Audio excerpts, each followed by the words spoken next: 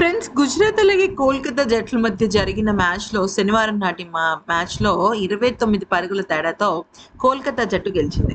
అయితే కోల్కతా జట్టు ప్లే ఆఫ్‌కి వెళ్తుందా లేదా అనేది పక్కన పెట్టేస్తే, గుజరాత్ జట్టు ప్లే ఆఫ్ అవకాశాన్ని ఒక్క దెబ్బతో తారుమారు చేసేసింది.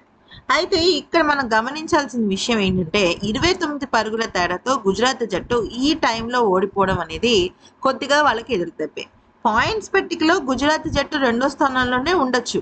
కాకపోతే మ్యాటర్ ఏంటంటే, ఇప్పుడు హైదరాబాద్, పంజాబ్, రాజస్థాన్ ఇలాగ 3 జట్లు, వీటితో పాటుగా చెన్నై జట్టు కూడా ఈ ప్లే ఆఫ్ టాప్ 4 జట్లకి పోటీ పడుతుంది.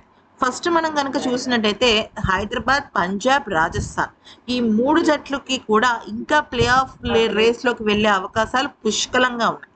రాజస్థాన్‌కి అయితే ఇంకా కొంచెం పర్సెంటేజ్ ఎక్కువ ఉంది.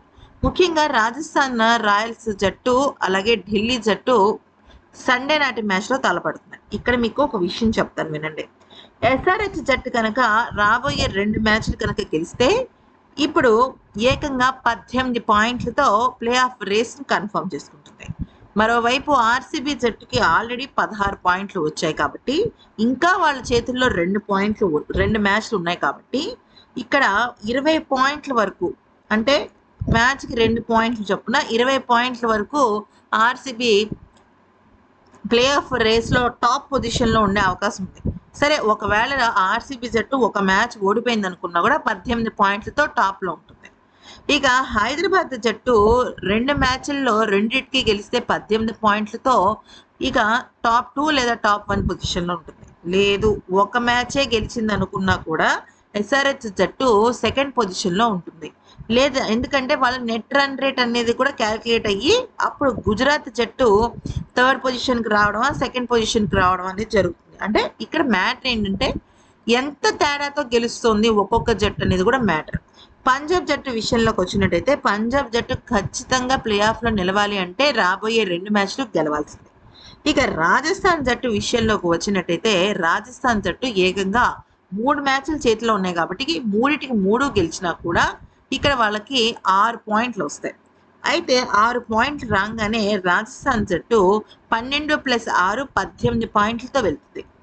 ఒక మ్యాచ్ తీసేసినా కూడా 16 పాయింట్లతో ప్లే ఆఫ్ ఆశలను ఇలా ఇంటాక్ట్‌గా ఉంచుకుంటుంది.